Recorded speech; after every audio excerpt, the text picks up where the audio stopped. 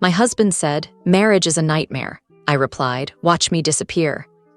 Then I calmly returned to my trip, shifted our money into my accounts, collected evidence and lawyers, and I just smiled because he had no idea the next family meeting would end his gravy train. So I don't even know where to begin with this. My hands are literally shaking as I type this out on my phone. I've deleted and rewritten this post like 7 times already. Everyone's asleep in the house, and I'm just sitting here in the bathroom with the shower running so Connor doesn't hear me crying. Connor and I have been married for 3 years. He always seemed so genuine compared to the guys I usually met through my family's social circles. My family has money, not like crazy rich, but comfortable enough that I've never worried about bills. Connor comes from a middle-class background. We renewed our vows last weekend at this small ceremony with just our closest friends and family. He literally cried reading his vows to me, y'all. Cried. Said I was the best thing that ever happened to him. Anyway, I was on a girls' trip to Nashville with my 3 besties from college. We've been planning it for months. We had all these plans, spa days, wine tours, checking out that new rooftop bar everyone's been posting about on TikTok. But on the second day, Scarlett got food poisoning from this sketchy hot chicken place, and Tina had some emergency she had to handle remotely.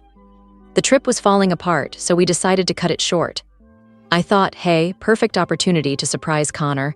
He's always saying how much he misses me when I'm gone, always texting me those "wish you were here" selfies from our couch with his sad puppy eyes. So I took an early flight back, stopped to pick up his favorite nachos from this hole in Thule place near our house, and some craft beer he's been obsessed with lately. I was so excited to surprise him. I had this whole image in my head of his face lighting up when he saw me. I came in through the garage using my code so I could really surprise him. Our house has this weird layout where you can't see into the living room from the entryway. I could hear him talking upstairs in his gaming room, obviously on the phone, since I didn't hear anyone else. So I set the food down in the kitchen and quietly headed up the stairs, thinking I'd surprise him mid-all, and then I heard it. "Marriage is a complete nightmare, bro. I wake up every day regretting my decision." I froze on the stairs. My heart literally stopped. I thought maybe he was joking around with one of his friends, so I waited for the laugh, but there was no laugh. If it wasn't for her family's money, I'd be gone already. The only good thing about this whole situation is that I don't have to worry about rent or bills anymore. I could literally feel my heart cracking in half as I stood there. The vow renewal thing last weekend, pure torture, man. Had to stand there making up all this romantic while her family looked on all misty-eyed. I've gotten good at the performance, though. Oscar-worthy, he laughed, then actually laughed. But hey, small price to pay for the lifestyle, right? Her dad's talking about bringing me into the family business next year. Once I'm established there, I'll have options. More options than just being the money wife's husband. The money wife. That's what he calls me behind my back. 3 years of marriage and I'm just the money wife to him. I don't know how I managed it, but I silently went back downstairs, grabbed the food and beer, and slipped out. I sat in my car in the parking lot for almost 2 hours just sobbing. My mascara was everywhere, and this old lady actually knocked on my window to ask if I needed help. I told her my dog died, the first lie of many I tell that day. I returned the food, told them my husband wasn't feeling well, and texted the girls that I decided to go to a hotel near the airport so I could catch up on some emails before heading back to Nashville the next day. I drove around for hours trying to figure out what to do. Every memory of our relationship was replaying in my head with this new horrible filter. All those times he insisted on paying for dinner, but only when it was somewhere cheap. How he was so reluctant to let me help with his student loans until I practically forced him. How he always seemed to have these big dreams, but never quite enough motivation to pursue them until my dad offered connections. Our anniversary gift from his parents was this engraved wooden sign for our entryway that says, "Where your story begins." I literally stared at it this morning while drinking coffee and thinking our story was just beginning its next chapter. But it turns out our story was actually just a financial transaction for Connor. I decided to go back to Nashville. I spent the next 3 days pretending everything was fine with my girlfriends, even though I was dying inside and probably drank way too much wine every night. Then came home at my originally scheduled time, and I greeted him with a kiss. I looked into the eyes of the man who called our marriage a nightmare and kissed him hello like nothing was wrong. I've been living this life for 5 days now. 5 days of sleeping next to someone who apparently regrets waking up next to me every morning.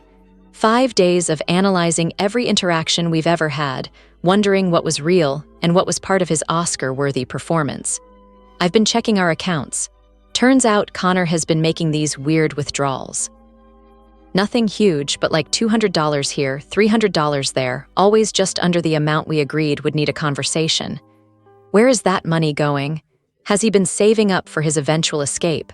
Does he have someone else? Oh God, does he have someone else? Is there another woman who knows I'm just the money wife to him? Do they laugh about me together? I haven't told anyone yet. Not my friends, not my family, especially not my family.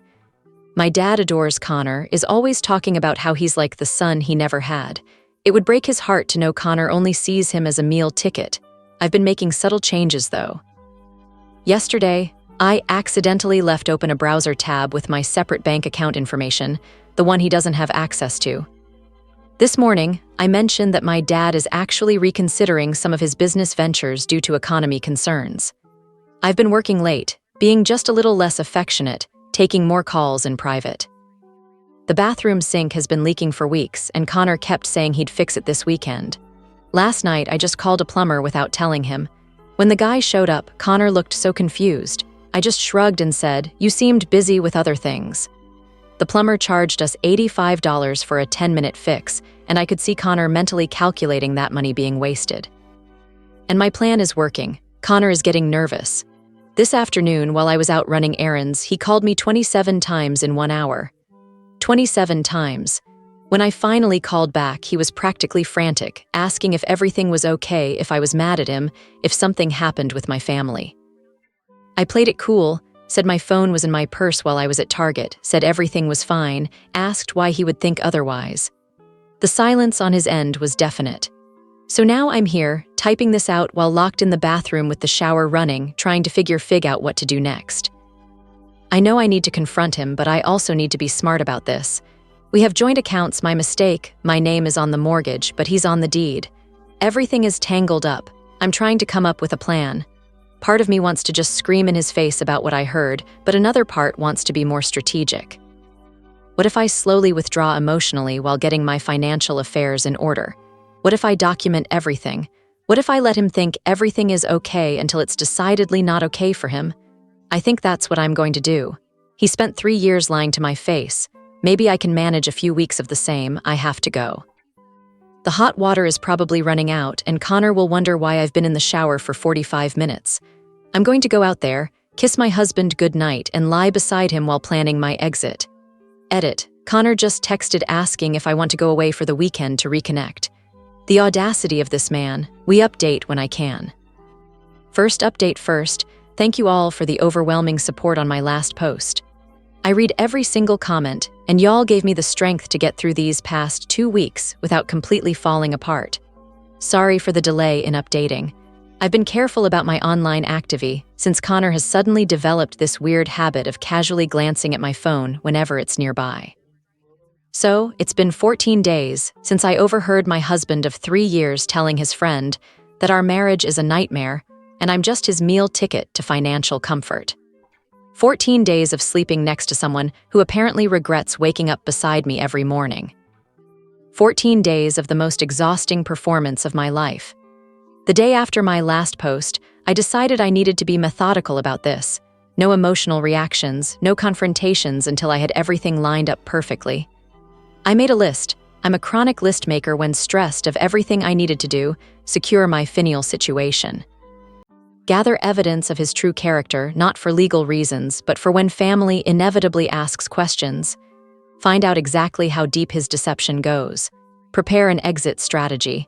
Build a support network without revealing everything just yet. The first thing I did was call my personal bank, the account he doesn't have access to, and increase my security measures. Changed all passwords, added verbal security questions, and made sure they knew not to discuss my account with anyone but me. Then I started slowly moving money from our joint accounts into my personal one. Nothing drastic, just enough each day that it wouldn't immediately raise flags. Is that wrong? Maybe. But finding out your husband as a gold-digging liar kind of changes your perspective on fairness.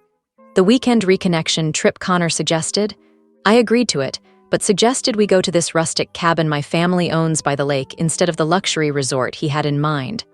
The look on his face, y'all. He recovered quickly with a "whatever makes you happy, babe," but I saw that flash of disappointment. Everything is suddenly making sense. How he always pushes for the expensive options when he knows my family might cover it, but becomes budget conscious when it's coming from our accounts. The cabin trip was actually revealing in ways I hadn't expected. Our Wi-Fi barely works out there, and Connor spent almost the entire weekend checking his phone and complaining about the spotty signal. He kept wandering down to the end of the dock, where sometimes you can get one bar. At one point, I followed him quietly and overheard him telling someone he was going crazy being trapped in the middle of nowhere and would make it up to them when he got back. Who was he talking to, and what exactly was he planning to make up to them? When we got home Sunday night, he immediately said he needed to run to Walmart for some stuff for work tomorrow. He was gone for over 2 hours for Walmart, which is 12 minutes from our house. When I checked our joint card app later, there was no charge from Walmart, but there was a $60 charge from a bar across town. During the trip, I had accidentally mentioned that my dad was considering early retirement due to some health concerns completely made up and might be scaling back some business operations. Connor spent the next hour asking increasingly detailed questions about Dad's plans, the family trusts, and our future security. Barely a word about Dad's fictional health issues. It was like watching someone rip off their mask without realizing they were doing it. I've also been digging through our financial history, and what I found made me physically sick. Over the past 3 years, Connor has borrowed nearly $117,000 from our joint accounts for what he called business expenses and investments. Money that never returned, and he can't properly account for. There's a pattern of large withdrawals right before he visits his hometown, suggesting he's been supporting someone or something there that I don't know about. Last week, I went through his nightstand while he was at the gym, something I never thought I'd do, but desperate times. Inside, I found a second phone, one of those cheap prepaid ones from Target. It was password protected, but he'd scribbled the code on a sticky note stuck to the back, classic Connor, always forgetting his passwords. The phone had only one contact saved, D, with dozens of texts arranging meetups and discussions about money. Some referenced the long-term plan and staying the course. One from 3 months ago literally said, "Just 2 more years and we're set." 2 more years until what? I took pictures of everything with my phone before carefully replacing his exactly as I found it. The psychological warfare is the strangest part of all this. I've been slightly altering my behavior, being just a little less affectionate, taking more private calls, mentioning casual conversations with our family lawyer. Nothing confrontational, just different, and Connor is losing it. 2 nights ago, he actually went through my closet while I was in the shower. I only know because he left my boots in a different order than I keep them. Yes, I'm that person who arranges her shoes precisely. When I came out and noticed, I didn't say anything, just rearranged them while he watched from the bed pretending to be on his phone. Yesterday, I found him scrolling through my iPad search history while I was making dinner. I'd intentionally left searches for signs your husband is cheating and separate bank accounts in marriage for him to find. When I walked in, he practically threw the iPad onto the couch and started rambling about how much he loved the lasagna I was making, even though I was clearly making stir-fry. Our fridge has been making this weird clicking sound for months, and Connor always said he'd fix it. Yesterday, I casually mentioned maybe we should just buy a new one, and he immediately went into fix-it mode, spending 2 hours tinkering with it. Suddenly, all those household tasks he's been putting off for months are getting done. The bathroom door that's been squeaking since last Christmas, fixed. The broken porch light replaced. The wobbly kitchen table stabilized. It's like watching someone frantically trying to prove their value. I've started having lunch with Loretta once a week. She's my best friend since college and the only person I've told about what's happening. She was initially shocked, then furious on my behalf, and has now become my co-conspirator and sounding board. She helped me set up a separate email account that Connor doesn't know about and suggested I start documenting everything. Last Wednesday, I was working late at a client meeting. Truthfully, I was actually just sitting in a Starbucks scrolling through Surviving Infidelity and taking notes, and Connor showed up unannounced with dinner. He's never done this in 3 years of marriage. He claimed he was just missing me, but spent the entire impromptu dinner interrogating me about a call he'd overheard me having with Loretta, where I'd said something about making big changes. The call was actually about possibly redoing our guest bedroom, but he doesn't need to know that. Then came the 27 calls incident I mentioned briefly in my last post. I now realize what triggered it. I'd left some printouts from our joint account on my desk that morning, showing his large withdrawals over the past year. I hadn't confronted him about them, just left them there. When I came home that evening, the papers were in a different position. He'd seen them, panicked, and that's why he bombarded me with calls while I was in meetings. When I finally called him back after the 27th call, the conversation went like this: me, "Hey, what's the emergency?" My phone was in my desk during meetings. Connor, breathing heavily, "No emergency, just, is everything okay with you? With us? You've been different since you got back from Nashville." Me, "Different how?" Connor, "I don't know, just distant. And you've been taking a lot of private calls, and you mentioned something about your dad reconsidering his business plans. I'm worried about you." Notice how he slipped in concern about my dad's business between fake concern for me. Classic Connor move that I never recognized before. Me, "Everything's fine, just busy with work. Why would anything be wrong?" The silence on his end was so long I thought the call had dropped. Connor, "No reason, I just love you, that's all." Me, "I love you too." The biggest lie I've ever told. After we hung up, I sat in my car and cried for almost an hour. Not because I'm sad the marriage is ending, but because I'm mourning the relationship I thought I had. The Connor I fell in love with doesn't exist. He's a character played by a man who sees me as nothing but a bank account with a body attached. Last night, he suggested we have another vow renewal ceremony for our parents, who couldn't make it to the first one. When I asked why the sudden interest in renewing vows, we just renewed 2 weeks ago, he stammered something about celebrating our love with everyone important to us. Translation, he's panicking about his grav trained to railing and wants to cement his position with my family. I smiled and said, "Maybe next year." The relief on his face was palpable. What he doesn't know is that I've already spoken to a lawyer. Not our family lawyer, but someone recommended by Loretta who doesn't run in our social circles. I have an appointment next week to discuss my options. I've documented the financial discrepancies. I've secured my most important personal documents and irreplaceable family heirlooms by taking them to my friend's house for a photo shoot for her Instagram. Another lie, but hey, I learned from the master. The weirdest thing happened this morning.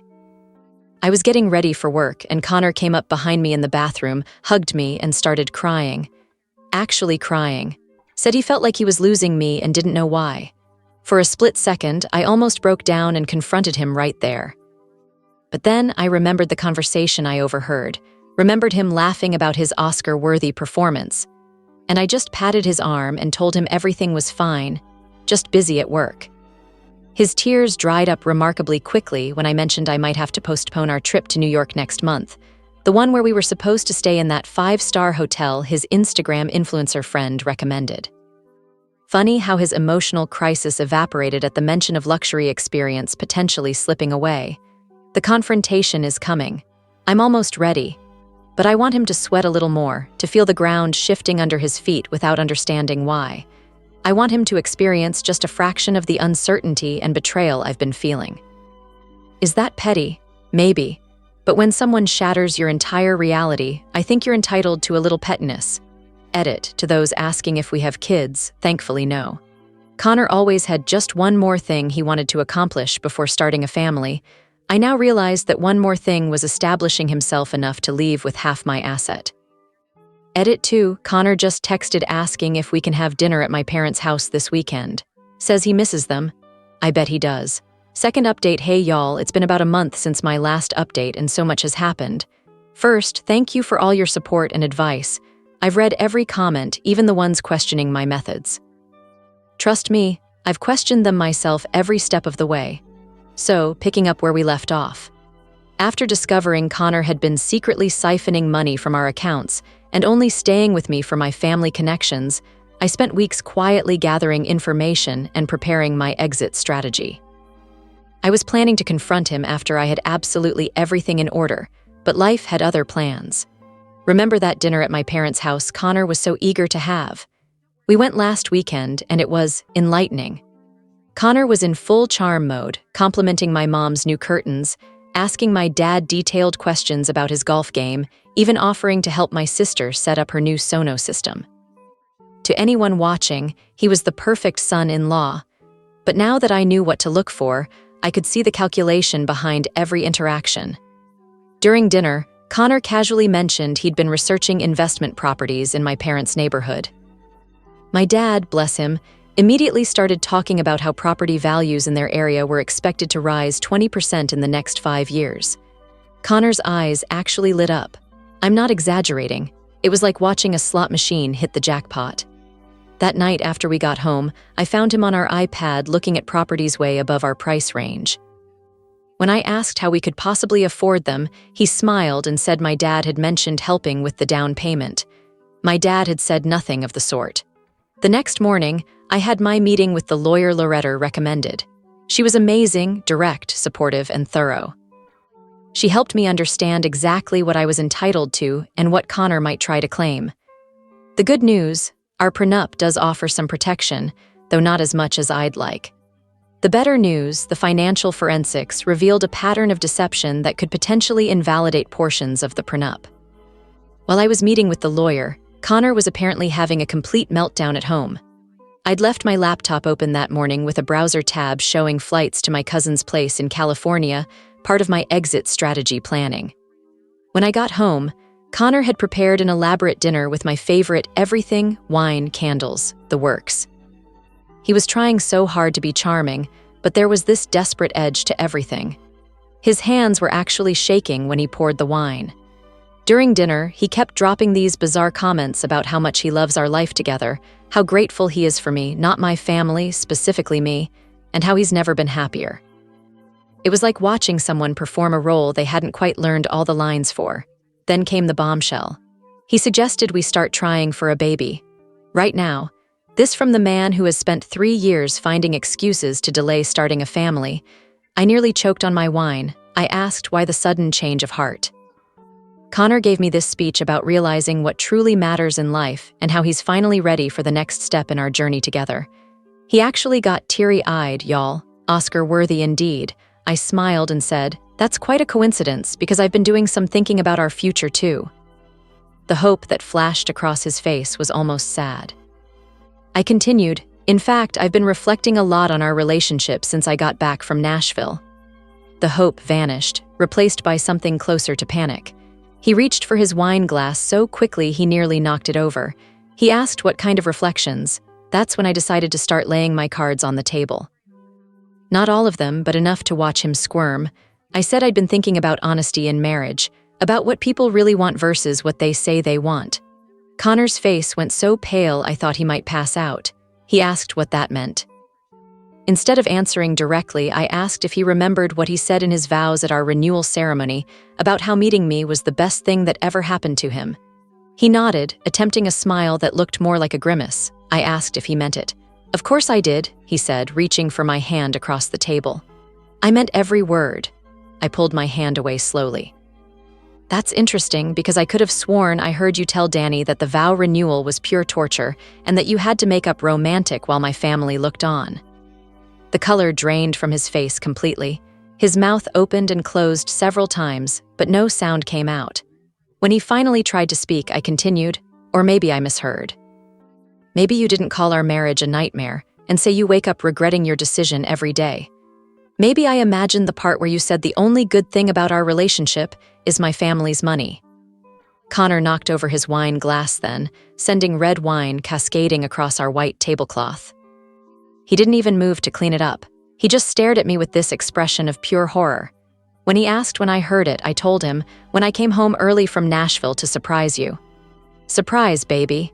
"You completely misunderstood," he started, his voice taking on that soothing tone he uses when he thinks I'm being emotional. "I was just venting to Danny about a rough patch. Everyone says things they don't mean when they're frustrated." "A rough patch," I repeated. "Interesting. And which part was the misunderstanding? The part where you called me the money wife, or the part where you said you're only sticking around until you're established enough to have options?" His face went from pale to gray. He clearly hadn't realized how much I'd heard. He stammered that it was taken completely out of context. Then please, Connor, explain the context where telling your friend our marriage is a nightmare and you're only with me for financial gain makes sense. He couldn't, of course. Instead, he switched tactics, going from denial to tearful apology in seconds flat. He claimed he'd been going through a personal crisis when I overheard him, that he didn't mean any of it, that he loved me more than anything. I just sat there watching this performance with new eyes. All the things I used to find sincere, the tender glances, the earnest declarations, the vulnerable moments, now looked like carefully calculated moves in a long con. "Are you leaving me?" he finally asked. "I haven't decided yet," I lied. Of course I had decided, but he didn't need to know that yet. What followed was 2 weeks of the most exhausting emotional manipulation I've ever experienced. Connor pulled out all the stops. He sent flowers to my office every day with increasingly desperate notes. He contacted my parents, claiming he was worried about my sudden change in behavior. He suggested couples therapy, rich, coming from someone who thought our marriage was a nightmare. He even reached out to Loretta, trying to get her to talk some sense into me. The most telling part, during his campaign to save our marriage, he never once mentioned my family's financial situation. It was like he was carefully avoiding the very thing that had motivated him all along. Meanwhile, I continued executing my plan. I moved the remaining funds from our joint accounts into my secured personal accounts. I spoke with my family's financial advisor to ensure Connor couldn't access any family assets. I packed essentials and irreplaceable items and moved them to a storage unit Connor doesn't know about.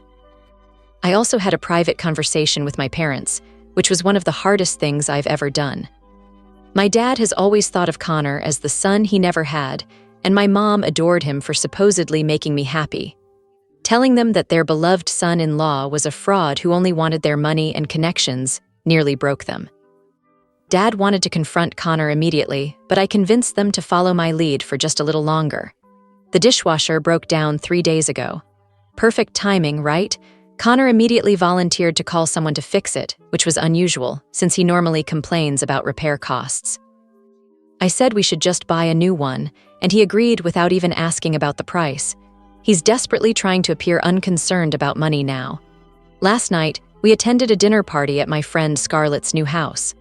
Connor has always found Scarlett a bit much, his words, with her loud personality and unfiltered opinions. But last night, he was hanging on her every word, laughing at all her jokes, even complimenting her TikTok dance videos that he's previously called embarrassing at her age. Halfway through dinner, Scarlett's boyfriend Lucas, who knows nothing about my situation, casually mentioned a news story about a guy who had scammed his wealthy wife for years. Everyone laughed about what an idiot the man was to think he could get away with it. Everyone except Connor, who suddenly became very interested in his mashed potatoes. When Lucas asked him what he thought about the story, Connor muttered something about not all relationships being what they seem on the surface. The table went quiet. I could feel Scarlett looking at me, confused by the sudden tension. I just smiled and asked her to pass the salt. On the drive home, Connor was unusually quiet. When we pulled into our garage, he turned to me with this desperate look and asked if everything was really okay between us. I told him I didn't know what he meant. He said things had felt off for weeks, and he couldn't shake the feeling that something was terribly wrong. I looked him straight in the eyes and said, "Maybe you should check your conscience if you're feeling that something's wrong." He flinched like I'd slapped him. This morning, I found him going through our wedding album, something he hasn't looked at in years. He claimed he was feeling nostalgic, but the panic in his eyes told a different story. He's trying to find clues about how much I know and what I'm planning to do about it. I've scheduled a meeting with my parents and our family financial advisor for tomorrow. Connor thinks it's about some routine trust matter, but it's actually to formally remove him as a beneficiary from several accounts and to discuss the implications of our upcoming divorce. I've already warned my parents to act normal until after the meeting. I'm not even angry anymore. I'm just tired. Tired of the performance, tired of watching him scramble to maintain his facade, tired of pretending I don't know our entire marriage has been a business transaction to him. Tonight, Connor suggested we take a second honeymoon to reconnect. He showed me pictures of this ridiculous, expensive resort in Bali on his phone, talking about infinity pools and private beaches. The old me would have been thrilled. The new me just wondered how much of my family's money he was planning to spend on this last-ditch effort. I smiled and told him it sounded lovely, but maybe we should talk about it after the meeting with my parents tomorrow. The relief on his face was immediate. He clearly thinks he's still got time to fix whatever's broken. He doesn't realize that by this time tomorrow, his carefully constructed world will be in pieces. The meeting with my parents and the financial advisor is scheduled for 1000 a.m. By 11, he'll know that I've known everything for weeks. By noon, he'll be faced with the reality that the gravy train has not only stopped, but is reversing course at high speed. Edit, Connor just texted asking if I want sushi for dinner tonight. Says he wants to treat me to something special before our big financial meeting tomorrow. If he only knew. Last update, hey Reddit family, I want to start by thanking every single one of you who supported me through this journey. Your comments, messages, and advice helped me find strength on days when I felt like I was drowning. I promised a final update when everything was settled, so here it is, the conclusion to my story. So, that meeting with my parents and the financial advisor. It went exactly as planned, and Connor's face when he realized what was happening is something I'll cherish forever. We all sat down in my dad's home office. Me, Connor, my parents, and Mr. Bradshaw, our family's financial advisor since I was a kid. Connor was all smiles, probably thinking this was his chance to cement his position in the family finances. Dad started by asking Connor if there was anything he wanted to tell us before we began. Connor looked confused, but said no, everything was great. Dad nodded and then pulled out a folder containing printouts of Connor's secret withdrawals from our joint account, screenshots of text messages to Dee about the long-term plan and the CP de Grasse, a transcript of the phone call I'd overheard where he called our marriage a nightmare. You all should have seen Connor's face. It was like watching someone's entire world collapse in slow motion. He went from confused to shocked to panicked to calculating in about 10 seconds flat. He immediately tried to claim it was all a misunderstanding, that he'd been going through a rough time and had said things he didn't mean. Mom, who had been quietly seething since I told her everything, finally lost it. She called him a gold-digging parasite and said she'd never been so disappointed in her judgment of character. Connor actually tried to appeal to her, saying they'd always had such a special bond and that she knew the real him. My mom just laughed and asked which version was the real him, the one who called his marriage a nightmare, or the one who cried during his beau renewal. The meeting ended with Mr. Bradshaw explaining that Connor had been formally removed from all family accounts, trusts, and business interests. Dad informed him that divorce papers would be delivered to him that afternoon, and that he had 24 hours to remove his personal belongings from our house. Connor's final play was turning to me with tears in his eyes, actual tears. The man deserves an Emmy, and asking if I was really going to throw away 3 years of marriage over one stupid conversation. I looked him straight in the eyes and told him I wasn't throwing away anything. He'd already done that when he decided I was nothing but AAL ticket. The divorce process itself was surprisingly quick. It turns out when one party has overwhelming evidence that the other entered the marriage under fundamentally fraudulent pretenses, and said party has the resources for good lawyers, things can move efficiently. Connor fought it at first, demanding half of everything, including future interests in my family's business. His initial counteroffer was so outrageous even his own lawyer looked embarrassed. But his position weakened considerably when my team presented the evidence, the unexplained withdrawals, the hidden accounts we'd discovered, and most damning of all, the recordings of him admitting he'd married me for financial gain. In the end, he walked away with significantly less than he'd hoped for, though still more than he deserved in my opinion. The most satisfying moment came during our final mediation session. Connor's lawyer brought up his significant contributions to building my career and supporting my family's business interests. My attorney simply played the recording of Connor telling Danny that being my husband was his meal ticket and referring to me as the money wife. The look on Connor's face when he realized his own words had destroyed his leverage was priceless. Beyond the legal proceedings, these months have been a roller coaster. The first few weeks after the confrontation were the hardest. I cycled through rage, grief, humiliation, and crushing self-doubt. How could I have been so blind? How could I have missed all the signs? My therapist, yes, I got an excellent therapist, best decision ever, helped me understand that Connor's deception wasn't successful because I was stupid or naive. It was successful because he was calculating and skilled at manipulation. She helped me see that trusting someone isn't a weakness. Breaking that trust is the failure, not giving it. I moved out of our house even before it was sold. Too many memories tainted by the knowledge that Connor had been performing rather than loving me there. I found a beautiful apartment downtown. Much smaller than our house, but completely mine, decorated exactly as I want, with no consideration for anyone else's preferences. The first night in my new place was weirdly hard.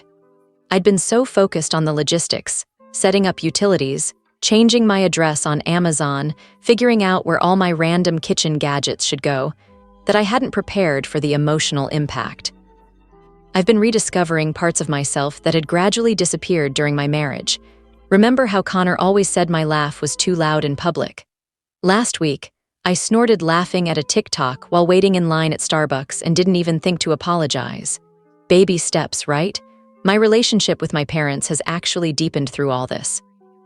Dad apologized to me, which caught me completely off guard.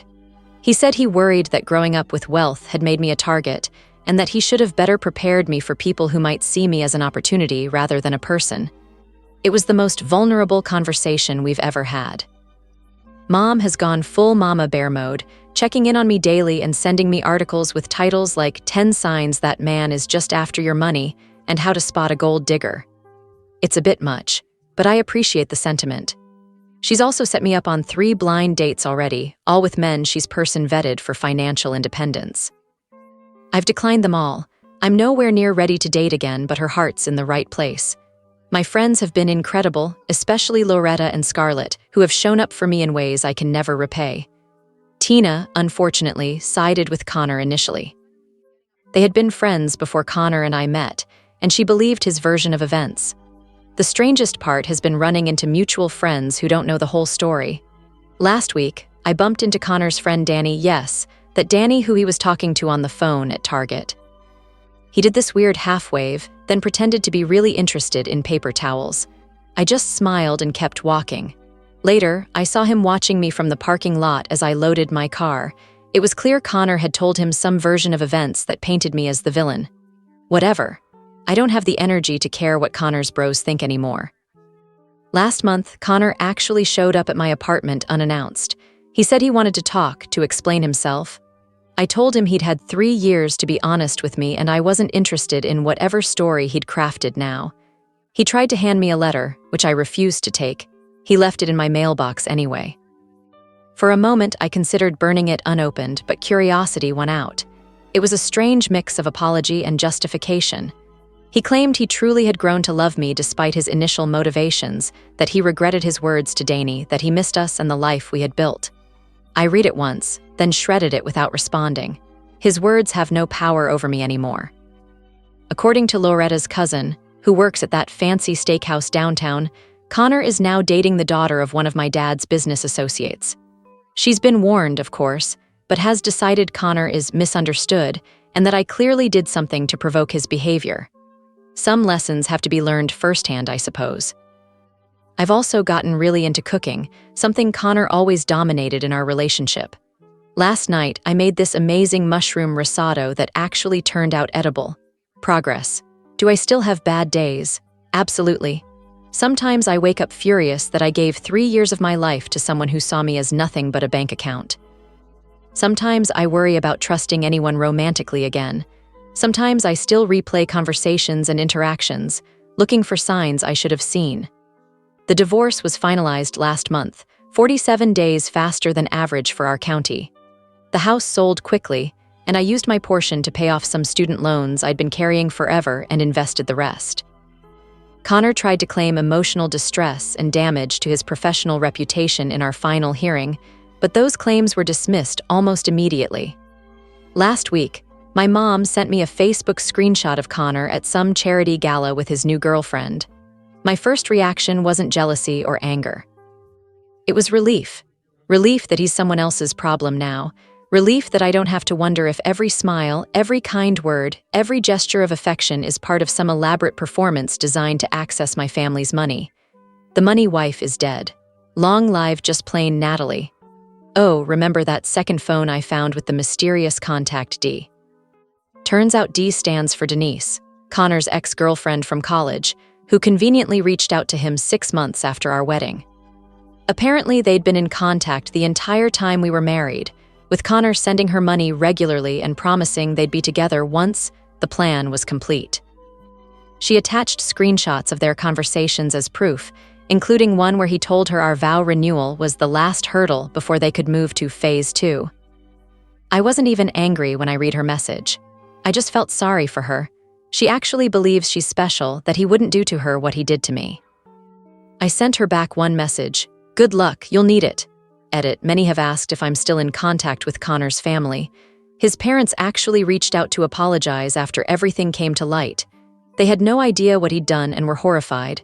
We exchange holiday cards, but nothing more. Some connections aren't worth maintaining.